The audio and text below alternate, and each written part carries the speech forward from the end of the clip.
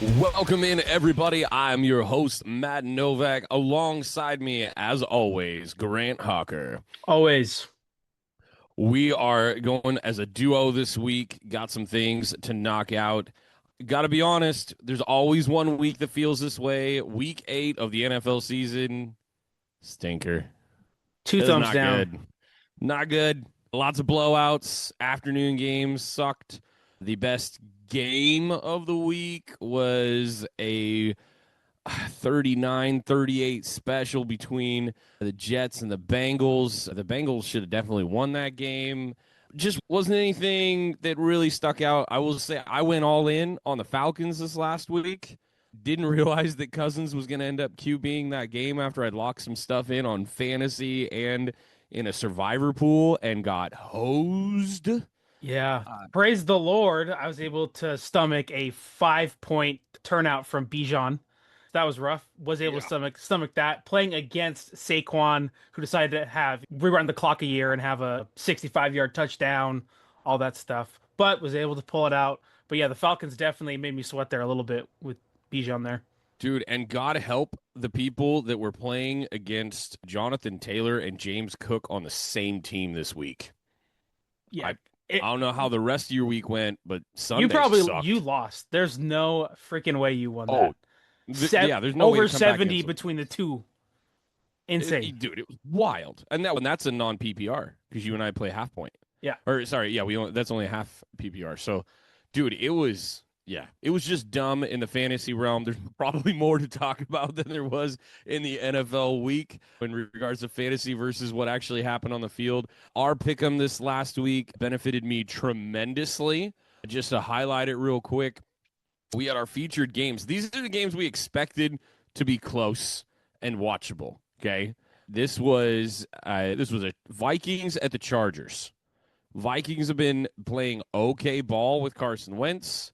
That dude got the crud knocked out of Dude, him. I legit felt Wow. so bad for him, like seeing him legitimately like in tears on the sideline. And you can say whatever about Carson Wentz and maybe his play or even how he handled himself that last year in Philadelphia, but that dude has always been tough. And Yeah, for him to be on the sideline, literally like shedding a tear, like just like holding his shoulder in pain, I was like, dear Lord, man, I felt bad for that that was guy. wild. I genuinely felt bad for him. And it appears to be like everybody says he's a really good teammate. That dude has played for a lot of teams now. Yeah. Him and Andy Dalton are doing the tour around the NFL year to year, but like just on the field, only putting up 10 points. Dude looked like he couldn't chuck it. JJ McCarthy, by the way, looked real healthy when he jumped over a player on the sideline there in mid game. That ankle seems I just fine. I am wondering about Jameson's take last week about a soft benching of JJ McCarthy. Like that seems a little real to me. Yeah, or at least they extended it a They're little like, more. listen, buddy, we're gonna throw out Carson Wentz.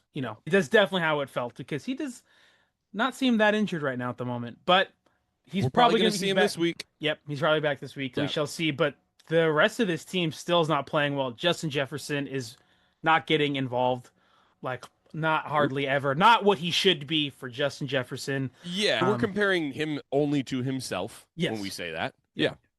but we'll see. I don't know if they can. I don't think they're climbing out of a hole here. I think the Vikings are They're 3 looking and real. 4 right now. They're 3-4 with the Packers playing. Jordan Love played really well this week. With the Lions continuing, they're going to be awesome. I don't know with what the NFC West is doing. We got two teams probably coming out of there in the playoffs. Two out of the North. I don't know. I don't think the Vikings are coming Well, back to the playoffs this with year. and two, man, with as big a surprise as the Bears have been, we'll get to. They're actually in our pick'em this week, Yeah. but we didn't expect them to have a winning record. It's weird to think about them having a winning record. Yes, this is the Chicago Bears. Yeah, we had them at 8 and 9, and we talked about 9 and 8 being their ceiling. Still very achievable for the Bears, especially with the schedule the way it lines out for them being a last place team last year. So, yeah, I think that makes it all the more tough on the Vikings. But it's 3 and 4. You got 10 games left to play. Who But I mean, knows? but the thing is, too, they play the Lions this week, so that's probably not a win.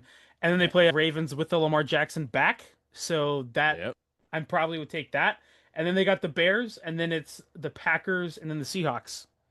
Oh, that's a So really bad run. Yeah, that's that a sucks. so I think they maybe win one of those. They might get another one as a surprise out of those. The next one, two, three, Yeek. four, five, six. 2 and 4. I That mean, puts your you at 9 dream losses scenario might be already. 3-3 right there. Does that put you at 6-7? Yeah. Don't love that. But then they still got to play the Lions and Packers again later in the season to wrap up the season. So Eh, that does It not doesn't look good. it doesn't look good, but then you remember things like, the Browns beat the Packers, so Yes. anything can happen, Any right? given Sunday. Any given Sunday. We'll continue to check in with them. I would be excited to see JJ back on the field because I think they're more fun to watch, obviously. Oh, sure. It's a better storyline, and you want to see him develop long term so that team improves and Jefferson go back to doing what he does, and Addison can stretch that field. Be nice to Aaron see them Jones get a coming little back more.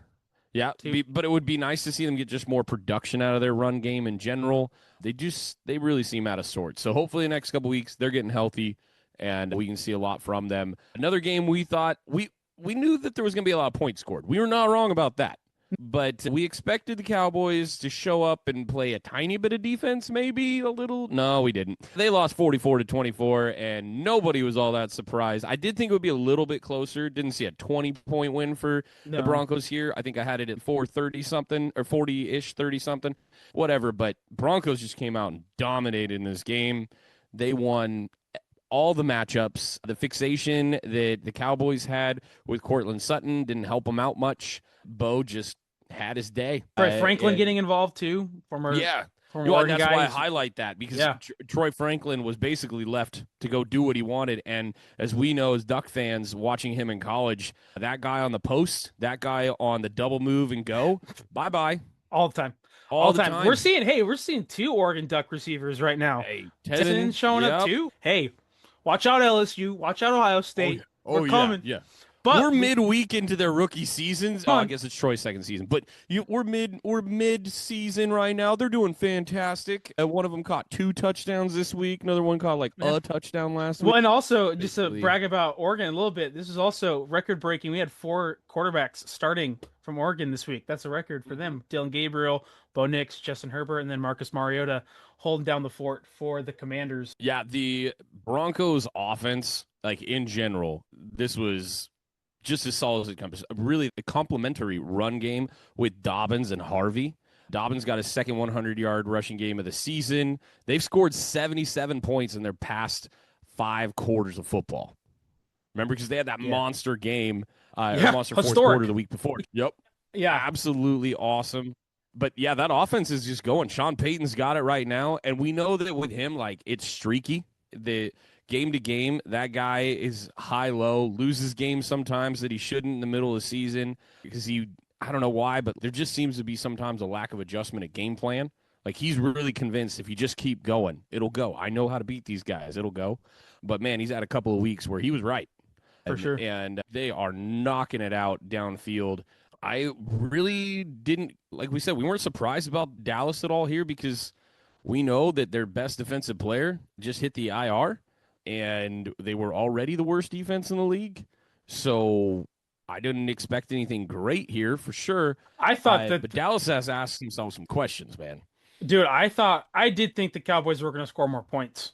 Just because with the Broncos defense, everybody has high expectations. And by the way, they're still on pace to break the sack record for a team. 80, what are they at? 86 are on pace for something ridiculous. So don't expect it to keep up.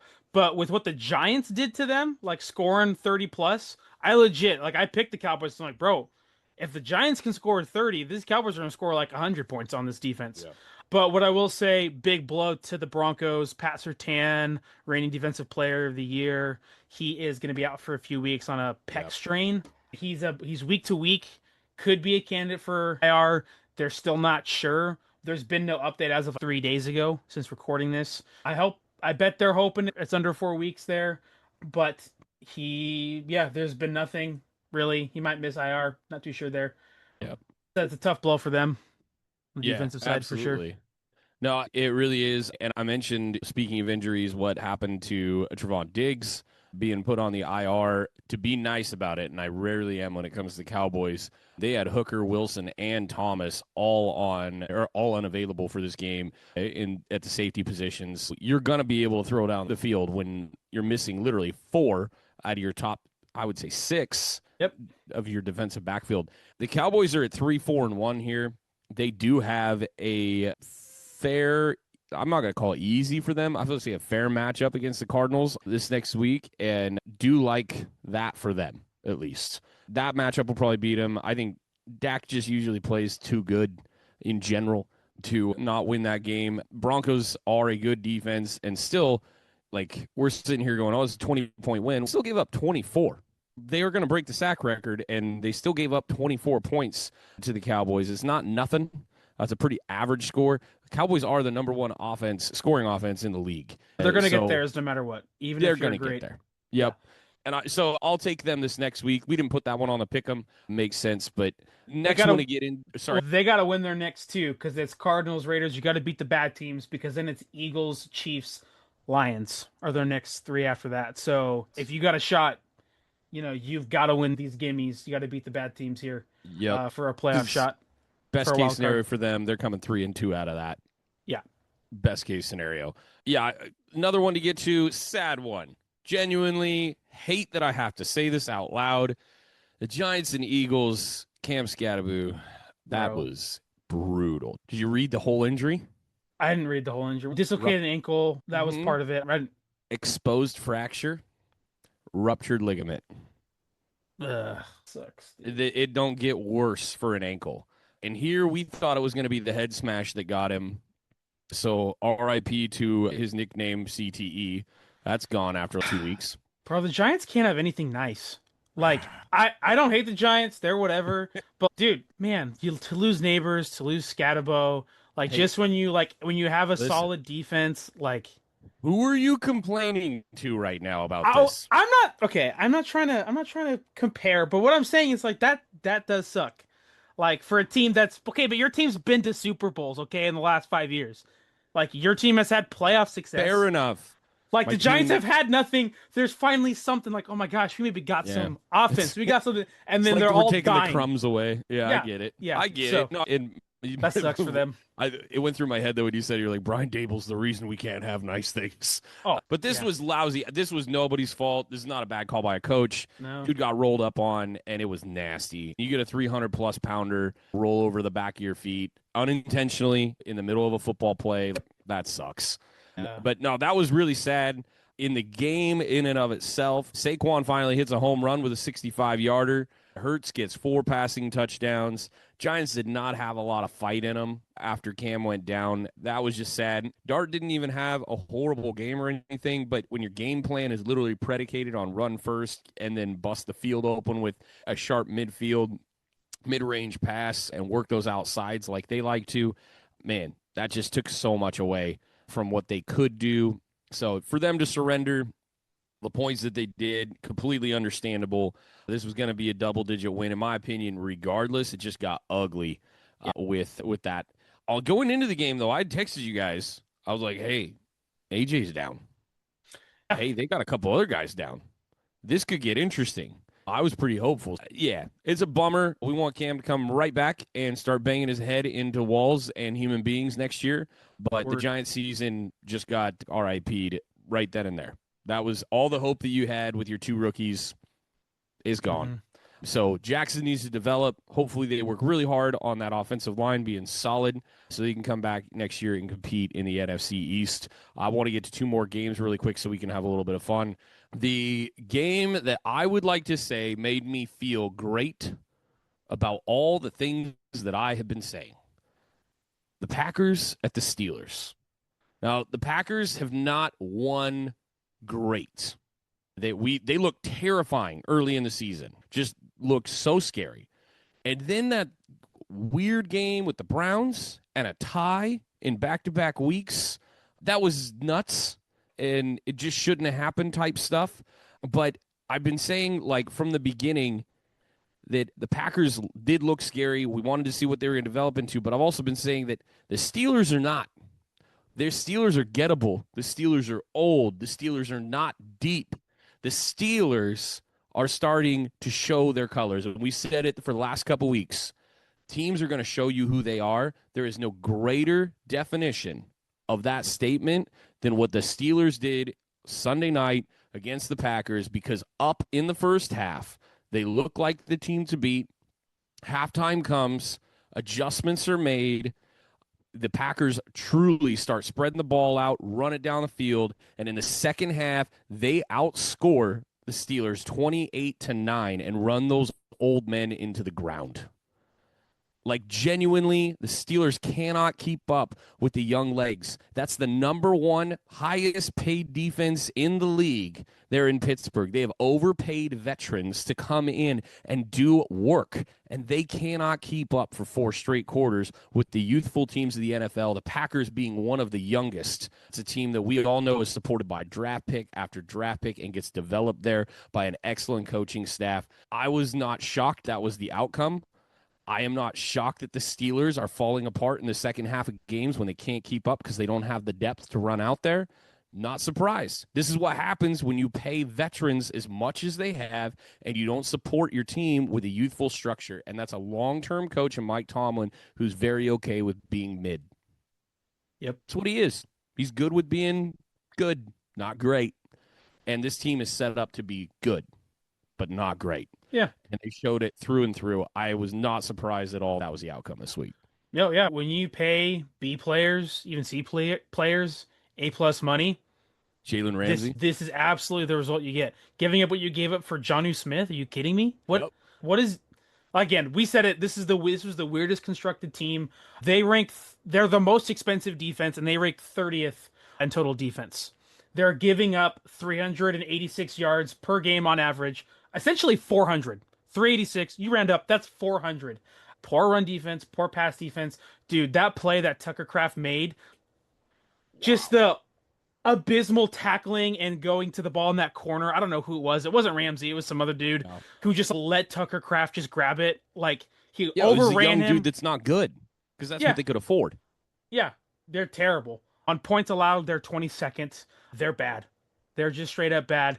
And to be honest, though, that's not the worst thing that was on the field was their defense.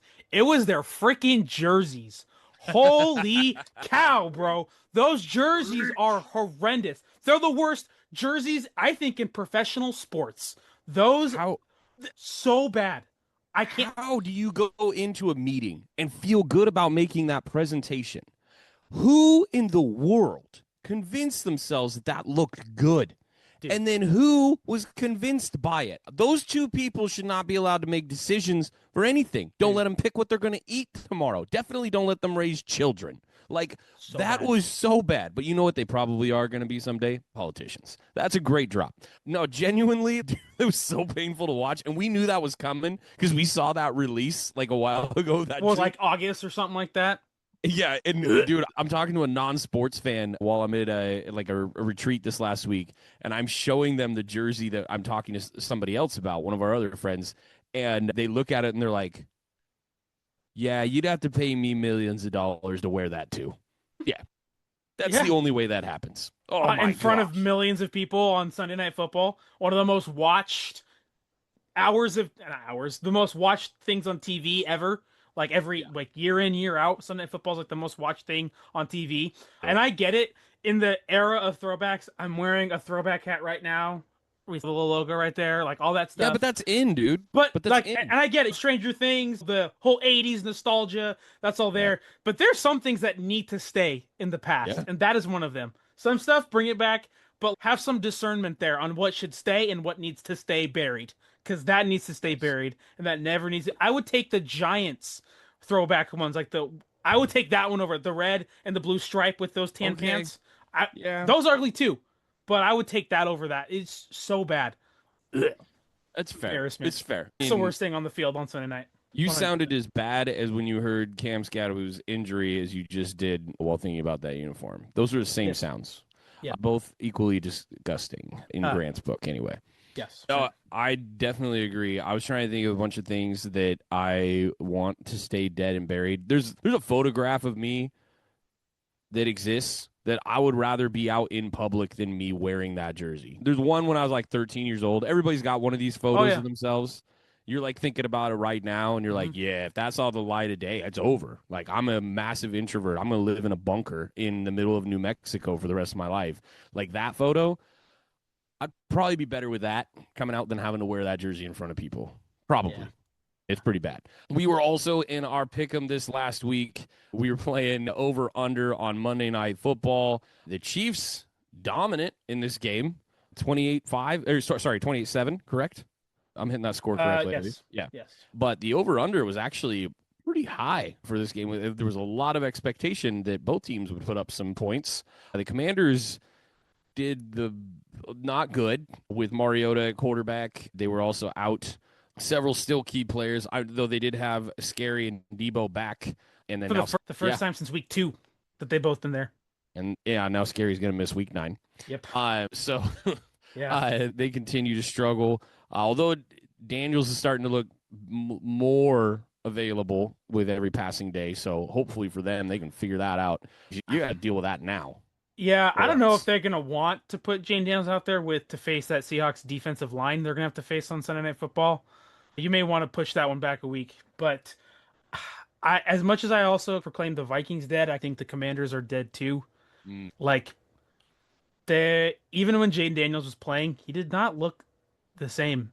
Like he did not look as good as a team, and that defense is really bad. And I think last year, I think people are like, "What's changed?" I think some of what's changed is they brought in a lot of guys, older veterans, kind of like the Steelers did this year, but they wrung out more than they expected out of a lot of these defensive players. A lot of these guys that came in, these older guys came in and actually overperformed a lot of sure. expectations. I think the whole team, that's the definition of the Commanders last year, going 12-5, going to the NFC Yeah. Championship. They definitely overperformed, and that defense, all those players they brought in that were a little piece here from other teams overperformed, and I think that we're kind of just seeing their number getting called back on this one a little bit. So I think if Jane Daniels comes back, when he comes back, there's still a lot to be concerned on this defensive side, and that's clearly where they need to invest. And also, that run game is not good. It's not been consistent with Eckler being out, and then however you pronounce that guy, Ja'Cory Krosky Merritt. Or just GCM or Yeah, JCM, sorry. yeah. He only had 25 yards on 9 carries against the Chiefs. Yeah, There's a not a lot of opportunity to run though when teams got it on you. Yep, that's true. Yeah, So there's a lot of stuff that I'm just concerned about with this team. This defense is old, and the run game's not good. a lot of injuries. Jaden Daniels can't stay healthy. I think the Commanders. This is a season to try and fight, but I don't see a lot of optimism for this team going forward this year. No, it doesn't look good. The schedule doesn't favor them because of how they did last year. They got some tough matchups coming up, and as you've mentioned for a couple of other teams already. And really, I think you got to just wonder like how much do you want to put into a season? Not that's dead, but where there's so much reconstruction needed. And I think that that's a question a few teams are struggling with right now. Yeah, To highlight it, like this last week, my 49ers lost a game that most people did not expect them to lose against the Texans. They ended up at least temporarily losing a few more guys. And I made a trade already this week for Keon White to help out with that pass rush because the Niners pass rush has just been obliterated since Nick Bosa went down. It's been guy after guy. Both rookie defensive tackles have spent some time out that they went and got in early mid rounds.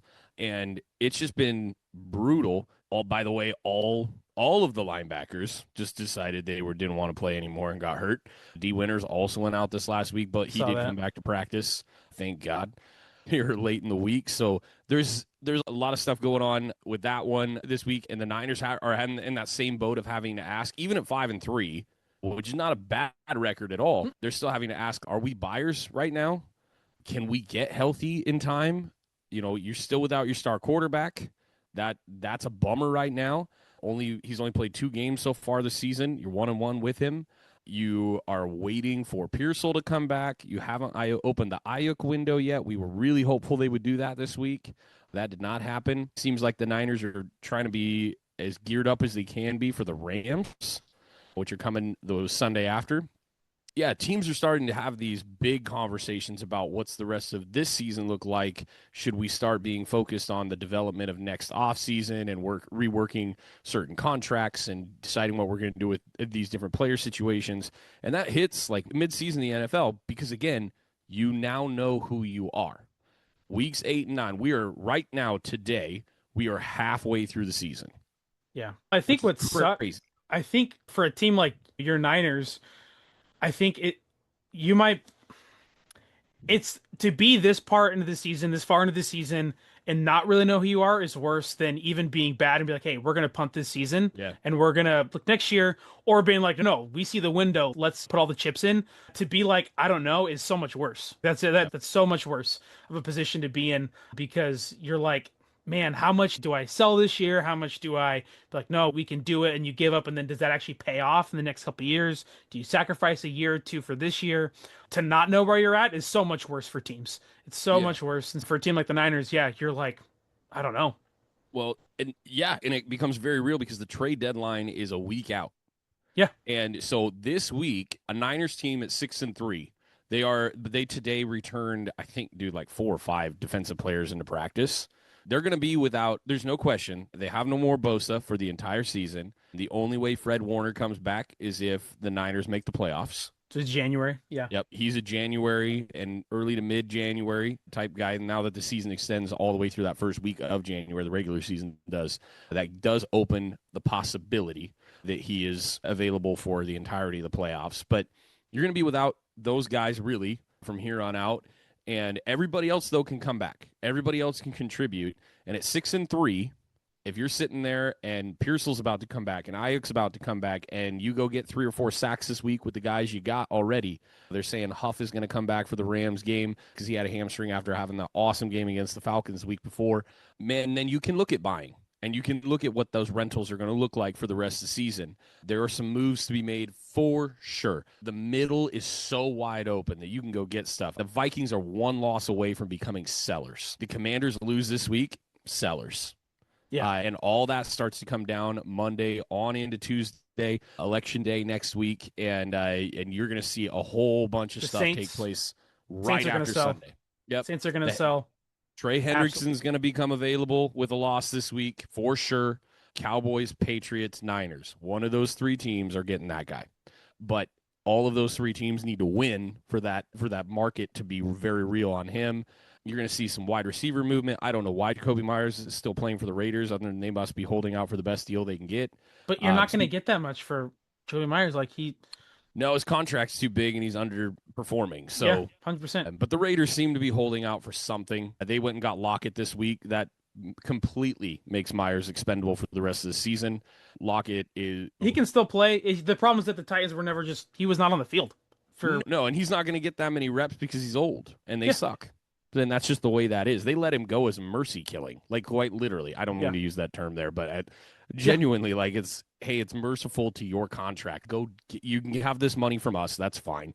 We release you. We owe you all that. We're not playing you at all. Yep. So go get game checks with somebody else. Hopefully you latch on somewhere, get to produce at least a little bit. Raiders make the Las Vegas Seahawks just seems to become more real and real. Well, yeah, but at least he's playing for a guy he likes. So there's that. Yeah, and there's a connection there.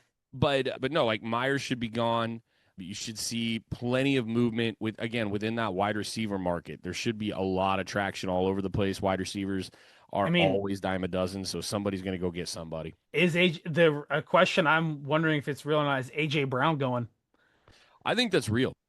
Yeah, I really think so do. too. I believe in it, and I think it's a guy a pundit that you and I pay attention to, don't necessarily listen to a lot, but pay attention to. Talked about how locker rooms can improve so much when you take out certain voices. Yep. AJ Brown's a dog. Don't get me wrong. He is. He's fine to talk. Like, he's not one of those idiots that doesn't play and talks. No, he's talking walk to walk. 3/4 Terrell Owens. Yes. Like, he's not all the way. Terrell Owens way better than him. Don't get me wrong. Yeah. Terrell Owens is in the Hall of Fame for a reason. If he's not in your top 5, if he's not in your top 5 wide receivers, you're doing the discussion wrong, or you don't know ball, like one of the two. But no, like AJ's not that, but he's a dog. He can go play. He's just a problem. He never shuts up. Dude's reading books on the sideline looking like he doesn't care. Just, dude, it doesn't make any sense. You know where he should go, and they should give a first-round pick for is the Bills. The Bills should give a first-round pick for him. They don't like head cases, though. Remember, they don't. But when you look at what the AFC is, it's wide open, bro. Deal with the head case for 3 months, 4 months to go win a Super Bowl. Like, I'm telling you, if AJ Brown goes to Bills, Super Bowl. Like, that's Ooh, okay. That's what I'm thinking, man. It's wide open. The Chiefs, like, they're still good, and I think that they're coming along here. But like, dude, that connection with Josh Allen, man, a dude who slings it and actually throws the ball all the time. It You could get get there. James Cook, Dalton Kincaid, AJ Brown right there. That's a Super Bowl like that. You I you don't got to, hate it. dude. I That's what don't they hate should it. do, and they should give I up a mean, first round pick. but the wide receiver room that's full of twos, You need that makes one. a lot of sense. And he'd be switching conferences. That's Yep. smart. Eagles should not be trading in conference. No. But yeah, if you want to, I'd love to see the Bills get him for a two, but how he's Yeah. going to get a one. Like, that's just who he is. He's going Yeah. to get it. He'll do this. Uh, Yeah. And if the Bills want to throw in something, I don't know. But for real, like if you are the Bills, you would do it for a one because of where you're looking at what the AFC is like. You would do it for a one. I what if the Bills send a one and the Eagles send him in a fourth? Or the Yeah. Eagles send a one and a three and they send him and a third. And I think let me look Swap at third round picks. because the thing is too, I don't know where the let me pull up the Bills cap space right now. They're paying Josh Allen a lot of money, but who the credit and then James Cook some They've money. got a little bit of dead because they got some defensive contracts that they cut. So there's a little bit of dead there. But yeah, they paid Cook something. That's It not a still lot. wasn't crazy. No. But they're invested on both sides of the line. Yeah. They not and I'm not saying overly, but they're invested on both sides of the line. That's a team that pays for interior. They're gonna have to move some money around. They don't got a whole lot. It looks like right Yeah. now, team cap space, they got 1.6 million. It's the dead. Yeah, they got Von Miller on dead, Tre'Davious White on dead, Yeah. Joel Douglas, Yep.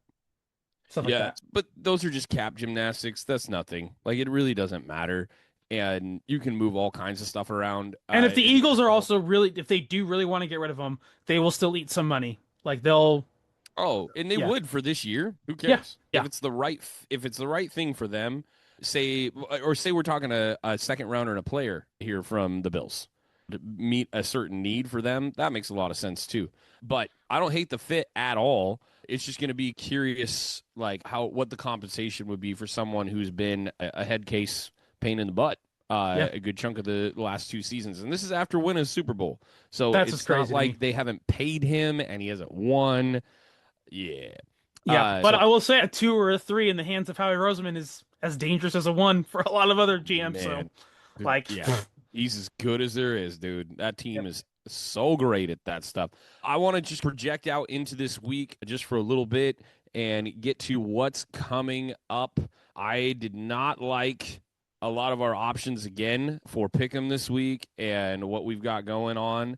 I think genuinely, the NFL needs to think about their midseason like matchups. You end up with all these non-division games all of a sudden, and so you get like a way less intrigue. So this week we are looking at the Bears Bengals, the Yikes. Chiefs Bills, Colts Steelers, and then we've got the evening games we're going to do some over under on. So let's just kick it off real quick so we can get into it. I think I'll go to the one I think is the easiest of the three for us. Okay. I think the easiest of the three is the Colts Steelers. Yeah. Now, this is Colts at Pittsburgh, just for the record. But I don't care. I don't care. I don't. Can't believe we're in some alternate reality where like I'm like all in on Daniel Jones, but here we are, 8 weeks in. It's for real, man. We said it last week, but yeah, dude, I'm taking the Colts, man. That team is legit. The pass defense is horrendous for the Steelers, and when you're the 30th ranked total defense against one of the best, most efficient offenses in football right now, that's a strength on a weakness, and so they're just gonna lean on that. Yeah, Colts, man. yeah, I don't get me wrong. I think that when the Steelers are all in and everything's clicking, they can absolutely hang with the Colts. Oh, for sure. And this being a home game, I think definitely helps them. Terrible towels up in the air. It'll be cold. It's starting to get cold there.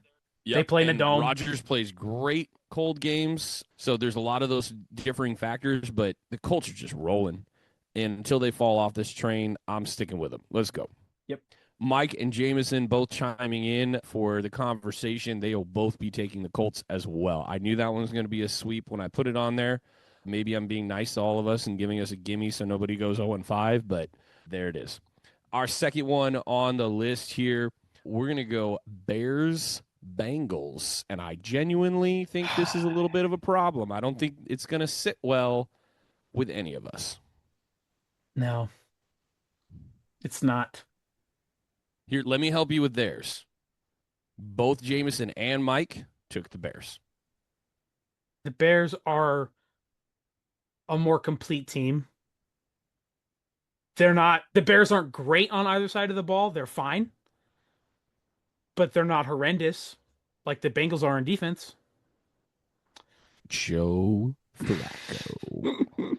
That's what you're thinking. It's what we're Yeah. all thinking.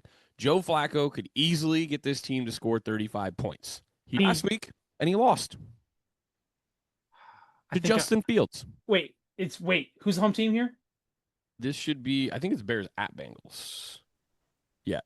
Bears at Bengals. Let me double check. I'll be nice. Yeah, it's Bears at Bengals. I'll take the home team. I'll take Bengals. Right. Again, you're right. It doesn't sit right either way. It wouldn't if I picked the Bears. I don't feel good here either, but I'm just going to take the Bears. I'm just saying complete team. I don't feel good at all. I hope it doesn't happen. I don't like the Bears because I don't like Caleb Williams at all. Yeah, and he's not playing well again. That's 2 weeks now. He was playing well, and then last 2 weeks he has not played well.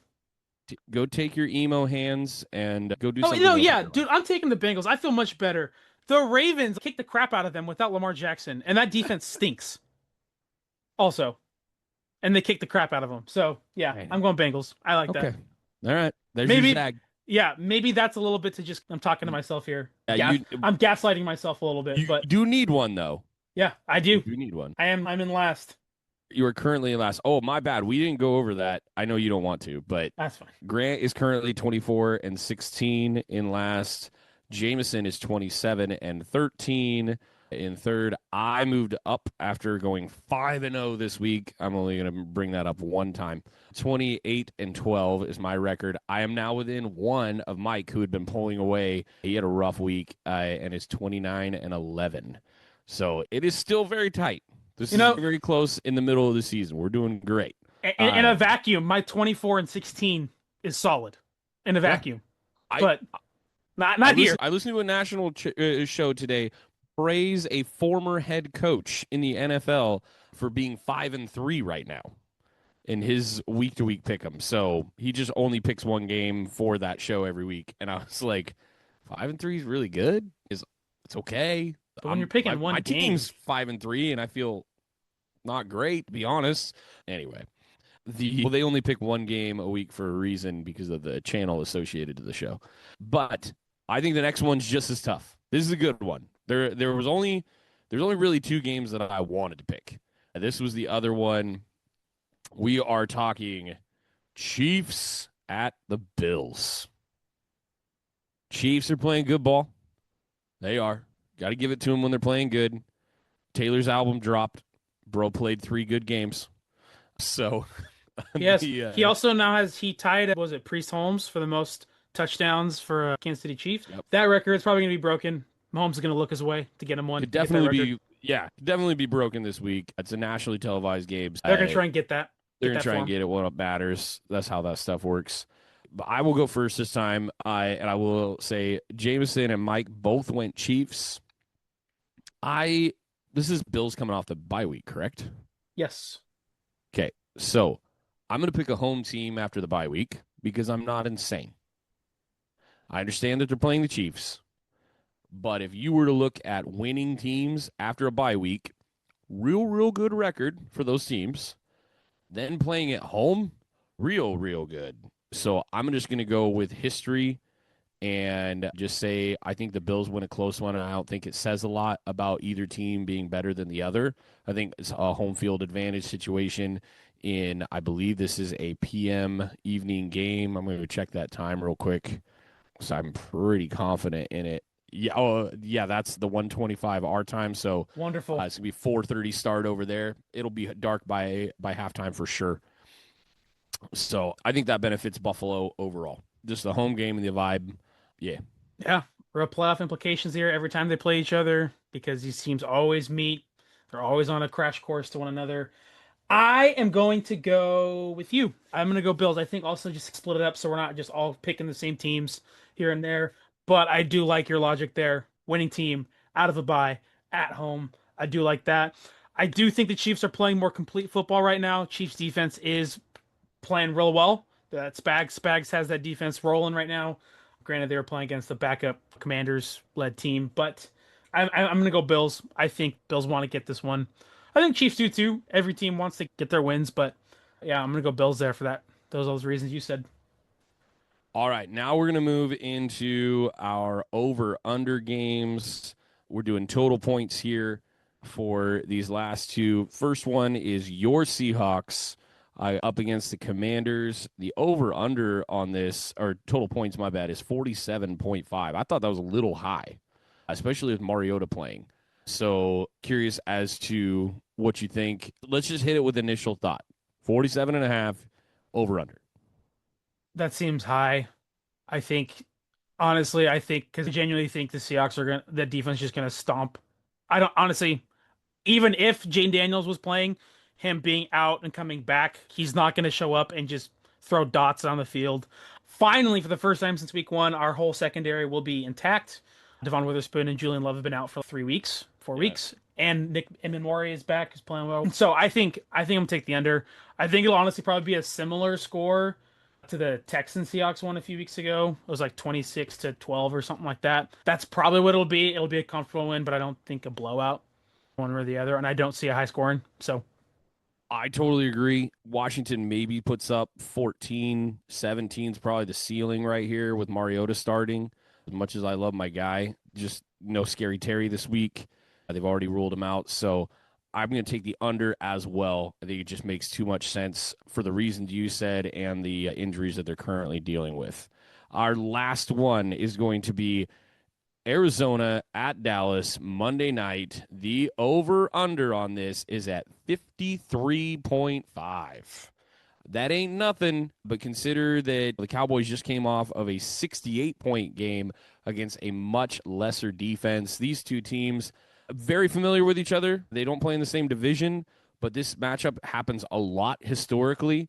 And right now, Arizona could probably put up points. They can't stop Dallas real well. Same Dallas goes the other way. equally have the same problems. So I'm going to go first, and I'm going to take the over here. that's what It I'm makes thinking. too much sense just with as bad as these defenses have been.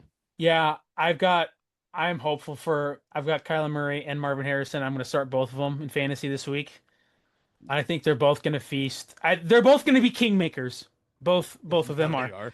I think I'm going to take the over. 55 is a lot. That's a lot of points. But I think I'm going to take the over as well. The boys both took the under, which I was a little surprised on that one. Mike took the over for some reason on Seattle, Washington, and I didn't get that. That doesn't line up for me.